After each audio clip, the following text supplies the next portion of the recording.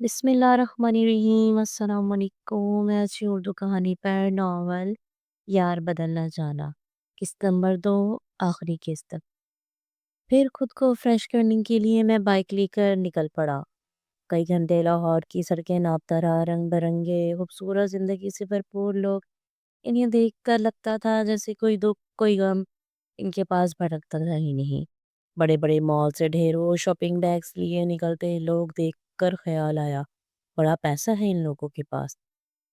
بس یوں ہی گھومتے پھرتے رات ہو گئی۔ میں نے ایک درمیانے درجے کے ہوٹل سے کھانا کھایا اور ہاسٹل آ گیا۔ خاصا تھک چکا تھا، بیٹھنے کی دیر تھی، کچھ ہوش نہ رہا۔ اگلے روز صبح صبح ہی ندا کا فون آ گیا۔ بہت حیرانی ہوئی، اس سے پہلے اس نے کبھی خود کال نہیں کی تھی۔ ڈرتے ڈرتے فون اٹھایا۔ السلام علیکم۔ لہجے کی افسردگی مجھ سے چھپی نہیں رہ سکی۔ وعلیکم السلام، کیا ہوا؟ سب ٹھیک ہے نا؟ میں گھبرا سا گیا۔ جی سب ٹھیک ہے، میں نے آپ سے اجازت لینے کے لیے فون کیا ہے۔ وہ دراصل بھائی ملنے آیا ہے، میرا دل چاہ رہا ہے امی سے ملنے کو۔ اگر آپ کی اجازت ہو تو اس کے ساتھ چلی جاؤں 2-3 دن کے لیے۔ وہ بہت دھیمے لہجے میں بول رہی تھی۔ لو، اس میں اجازت مانگنے کی کیا بات ہے؟ تمہارا جب دل چاہے تم جا سکتی ہو، اور 2-3 دن کے لیے نہیں، ہفتے بھر کے لیے جاؤ۔ اگلے ویکینڈ سے پہلے واپس آ جانا۔ ہمیں پتہ ہے تمہارے بنا اداس ہو جاتا ہوں۔ میں نے پچھلے دن کہی ہوئی باتوں کا اثر ظاہر کرنے کے لیے تھوڑا سا مسکا لگایا۔ جی ٹھیک ہے، اس نے مختصر کہہ کر فون بند کر دیا۔ لگتا ہے دل پہ زیادہ لے گئی میری باتوں کو۔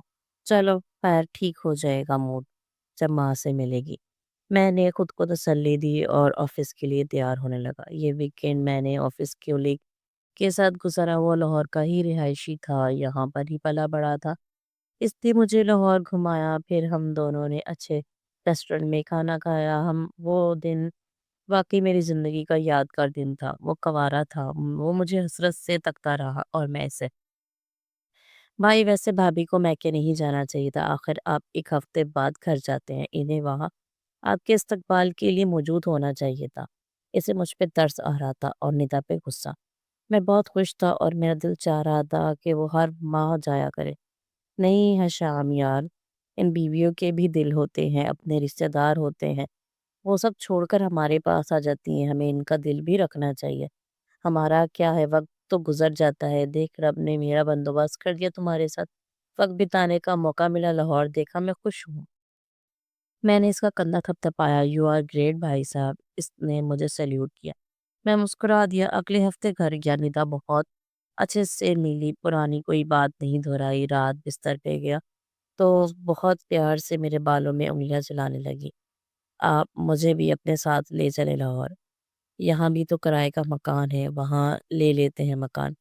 میں کرنٹ کھا کر اٹھ بیٹھا۔ پاگل ہو گئی ہو کیا؟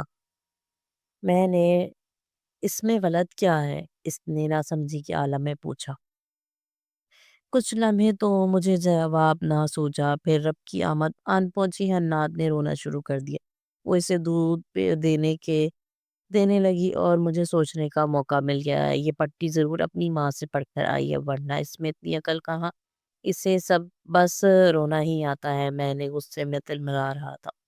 بچے کو سلا کر وہ بستر پہ آئی تو کچھ اپ سیٹ سی لگ رہی تھی، یا شاید رو کر آئی تھی۔ دیکھو ندا، تم کیا سمجھتی ہو تمہارے بنا میں خوش ہوں؟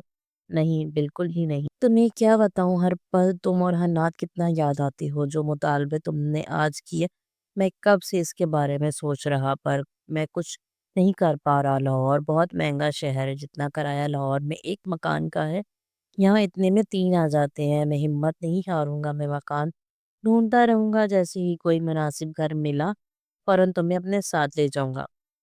اپنا ہاتھ اس کے ہاتھ پہ رکھ کر ہولے سے دبا کر اسے یقین دلانا چاہا، اور اس نے یقین بھی کر لیا۔ وعدہ کرے، پکا وعدہ، وہ بمشکل بولی۔ میں مسکرا دیا۔ میری مسکراہٹ کو میری طرف سے ہاں سمجھ کر وہ بھی مسکرا دی۔ اب وہ فون پہ روتی نہ تھی، بس آواز بھرا سی جاتی جس میں وہ جلد قابو پا لیتی۔ میری زندگی میں جیسے سکون آ گیا تھا، پر یہ سکون وقتی ثابت ہوا مجھ پہ۔ مجھے یہ خیال تنگ کرنے لگا کہ اب ندا روتی کیوں نہیں؟ کیا اس نے مجھ بن جینا سیکھ لیا ہے، یا اسے دل بہلانے کے لیے کوئی اور مل گیا ہے؟ اس نے کوئی سستا سہارا تو نہیں ڈھونڈ لیا کہیں کسی نے تنہا عورت دیکھ کر اس کی دلجوئی کر کے اس کا رسائی تو حاصل نہیں کر لی؟ آخر اتنی جلدی کہ وہ کیسے سنبھل گئی؟ یہ سوچ کر مجھے دن رات کو چوری لگنے لگی۔ اب میں کہہ جاتا تو ندا کی حرکات کا جائزہ لیتا رہتا، تو میں رہتا کہ کوئی سراغ ہاتھ لگے۔ میرے بغور دیکھنے پہ وہ پوچھ بیٹھی، ایسے کیا دیکھتے رہتے ہیں؟ بس تمہیں ہی دیکھتا رہتا ہوں ندا، ایک بات بتاؤ، تم کبھی بدلو کی تو نہیں نا؟ جانے کیوں میں تمہارے بدل جانے کے خوف میں مبتلا ہو گیا ہوں۔ میں اس سے پاس بٹھا کر کہتا، وہ ہنسنے لگتی۔ اس خوف میں تو مجھے مبتلا ہونا چاہیے، چھوڑ کر آپ مجھے گئے ہیں۔ وہ ہنستے ہنستے اٹھ کر چلی جاتی اور کام کاج میں مصروف ہو جاتی۔ مجھے اس کی ہنسی زہر لگتی۔ اب اسے جب بھی فون کرتا میرا دل چاہتا وہ پھر سے رونے لگے، رو رو کے مجھ سے کہے آپ کی بہت یاد آ رہی ہے، پر میں ترس گیا، پر اس نے رو کر نہیں دکھایا۔ 2-3 ماہ مزید گزر گیا، مجھے لاہور آیا تقریباً سال ہونے والا تھا۔ حنات اب چیزیں پکڑ کر چلنے لگا تھا۔ میرا دل لاہور سے افتاح ہونے لگا تھا، سوچ رہا تھا اب کیا کیا جائے، دل میں کس طرح بہلا جائے۔ اس کی بےرضاری کم ہو گئی۔ اگلے ویکینڈ پہ بس میں اکیلا سوار نہ تھا، رضوان میرے ساتھ آیا تھا۔ وہ ایک دن پہلے آیا تھا، یہاں کسی کالج میں ایڈمیشن لینا چاہتا تھا، بس اس کی معلومات حاصل کرنے آیا تھا۔ رات میرے ساتھ ٹھہرا اور اب ساتھ ہی نکلنے کا فیصلہ کیا۔ رات 11 بجے گھر پہنچا۔ عام طور پر میں 9 بجے گھر پہنچ جایا کرتا تھا۔ لاک کھول کر اندر داخل ہوا، راہداری سے گزر کر کمرے تک پہنچا۔ دروازہ کھلا تو سامنے ندا موبائل ہاتھ میں لیے بے چینی سے ٹہل رہی تھی۔ مجھ پہ نظر پڑتے ہی میری طرف لپکی، اتنی دیر کہاں رہ گئے تھے آپ؟ اتنی بار کال کی آپ کو؟ وہ پریشانی میں تیز تیز بول رہی تھی۔ اگلے ہی لمحے میں اس نے خود پہ قابو پا لیا۔ اچھا فریش ہو جائے، میں کھانا لگاتی ہوں۔ وہ سائڈ سے ہو کر باہر جانے لگی۔ میں کھانا کھا آیا ہوں، میں نے ہولے سے کہا۔ اس نے مڑ کر میری طرف دیکھا۔ اچھا آپ چینج کر لیں، میں کھانا فریج میں رکھا ہوں، وہ بے تاثر لہجے میں کہہ کر باہر نکل گئی۔ اس لمحے مجھ پہ کچھ ایسی عجیب سی کیفیت طاری ہوئی جسے میں کوئی نام نہ دے سکا۔ دکھ تھا یا غصہ؟ میں بیڈ پہ ڈھہسا گیا، مجھے لگا میں نے ندا کو کھو دیا۔ اس سے پہلے جب بھی میں کھانا کھا کے آتا وہ پاپا اور اماں کے ساتھ کھانا کھا لیا تو بہت رہی، اماں کے ساتھ کھانا کھانے والے بہت۔ میں بالکل تنہا ہوتی ہوں، پورے ہفتے بعد 2 دن تو ہم نے ساتھ کھانا کھانا ہوتا ہے، وہ بھی آپ باہر کھا آؤ تو میرے ساتھ زیادتی نہیں تو کیا؟ اور اس کی اس بات کو اپنے اوپر ایک بہت بڑی پابندی محسوس کرتا اور بارہا اسے کہہ بھی دیا، اور تمہاری لاجک فضول ہے، میں اپنے رشتہ دار چھوڑ نہیں سکتا، انہیں بھی تو وقت دینا فرض ہے میرا۔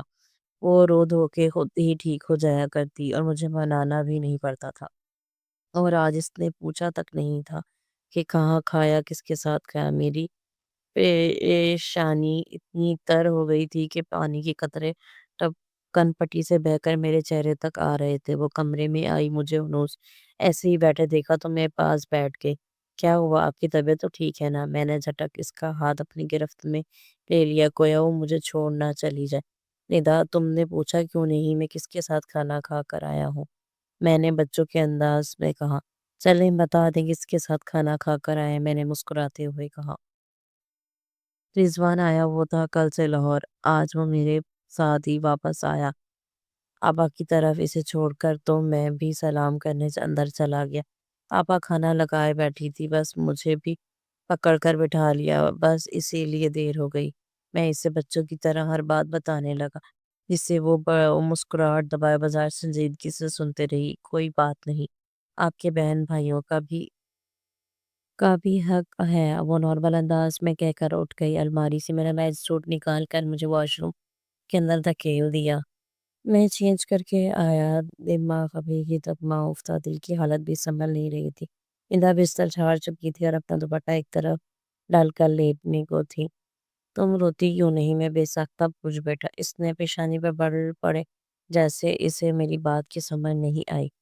تم رویا کرو، مجھے تم روتی ہوئی اچھی لگتی ہو۔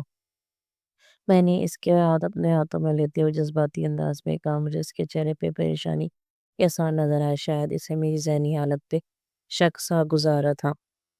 کیا میں آپ کو روتی ہوئی اچھی لگتی ہوں؟ اس نے بے چینی سے پوچھا۔ ہاں بہت اچھی لگتی ہو، جب میری یاد میں روتی ہو، جب رو رو کر مجھ سے لوٹ آنے کو کہتی ہو۔ تم رویا کرو جب میں تمہیں فون کروں، تم رویا کرو اسی طرح جیسے پہلے روتی تھی، اور بتاؤ ذرا تم نے آج مجھ سے جھگڑا کیوں نہیں کیا؟ تو تم روٹی کیوں نہیں روئی کیوں نہیں بتاؤ؟ میں چیخ کر اس نے ڈر کر پڑے ہٹنا چاہا پر میں نے اس کے ہاتھ بہت مضبوطی سے تھام رکھے تھے۔ شاید میری اس گرفت سے اسے تکلیف ہو رہی تھی۔ وہ کچھ بولنا چاہ رہی تھی پر میں اسے بولنے نہیں دے رہا تھا۔ شاید مجھے خوف تھا کہ وہ کچھ ایسا نہ بول دے جسے میں سہ نہ سکوں۔ مجھے ٹھیک نہیں لگ رہے۔ کافی دیر بعد وہ بولنے کی لائق ہوئی تو مجھے بیڈ پہ بٹھا کر میرے پاس بیٹھ گئی۔ اس نے اپنی آنکھیں میری آنکھوں میں گاڑ رکھی تھی۔ کیا بات ہے، پہلے میرے رونے سے چھڑتے تھے، یاد نہیں کتنا سنا ڈالا تھا ایک دن آپ نے۔ آپ کو کیا خبر؟ آپ کے اس رویے نے مجھے کتنی تکلیف پہنچائی تھی۔ تنہائی اور آپ کے رویے نے مجھے ایسی حالت کر دی تھی کہ میں کوئی بڑا قدم بھی اٹھا سکتی تھی، پر اللہ نے میری مدد کی۔ میرا بھائی مجھ سے ملنے چلا آیا۔ میں نے اس کے ساتھ جانے کا فیصلہ کیا۔ آپ سے اجازت لے کر چلی گئی، نہ چاہتے ہوئے بھی اپنی ماں کے سامنے آپ کی زیادتی کا ذکر کر بیٹھی۔ میں نے آپ سے علیحدہ ہونے کا سوچا۔ ماں نے مجھے بہت اچھے سے سمجھایا، اپنی زندگی کے کچھ تلخ واقعہ سنائے۔ ماں کی کہانی سن کر میں تو بہت خوش قسمت ہوں، تو پھر کیوں رب کی ناشکری کر رہی ہوں اور آپ کے بھی تنگ کر رہی ہوں؟ پھر میں نے خود کو سمجھایا، اپنا دل حنات کے ساتھ لگایا، خود کو اتنا مصروف کر لیا کہ رونے کا وقت نہ ملے۔ پھر بھی رات کو تنہائی مجھے رلا ہی دیتی، پر میں نے آپ کے سامنے نہیں روئی۔ میرے مجازی خدا کو تکلیف دیتے ہوئے میرے آنسو۔ چند دن میں نے اپنی دوسری خامی بھی پکڑ لی۔ اب آج جو میں نے آپ سے سوال نہیں کیا، لڑائی نہیں کی، تو اس کا مطلب ہے کہ مجھے آپ کی حرکت سے دکھ نہیں ہوا۔ مجھے دکھ ہوا بہت کہ میں ابھی تک خود کو آپ کے انتظار میں بھوکی بیٹھی رہتی۔ پر آپ ٹھیک کہتے ہیں کہ آپ پہ آپ کے بہن بھائی ماں باپ کا حق ہے۔ بس مجھے اس حق کو تسلیم کرنا میں تھوڑا وقت لگے گا۔ مجھے اپنا دکھ نظر نہیں آتا، پر آپ کی ماں کا نہیں۔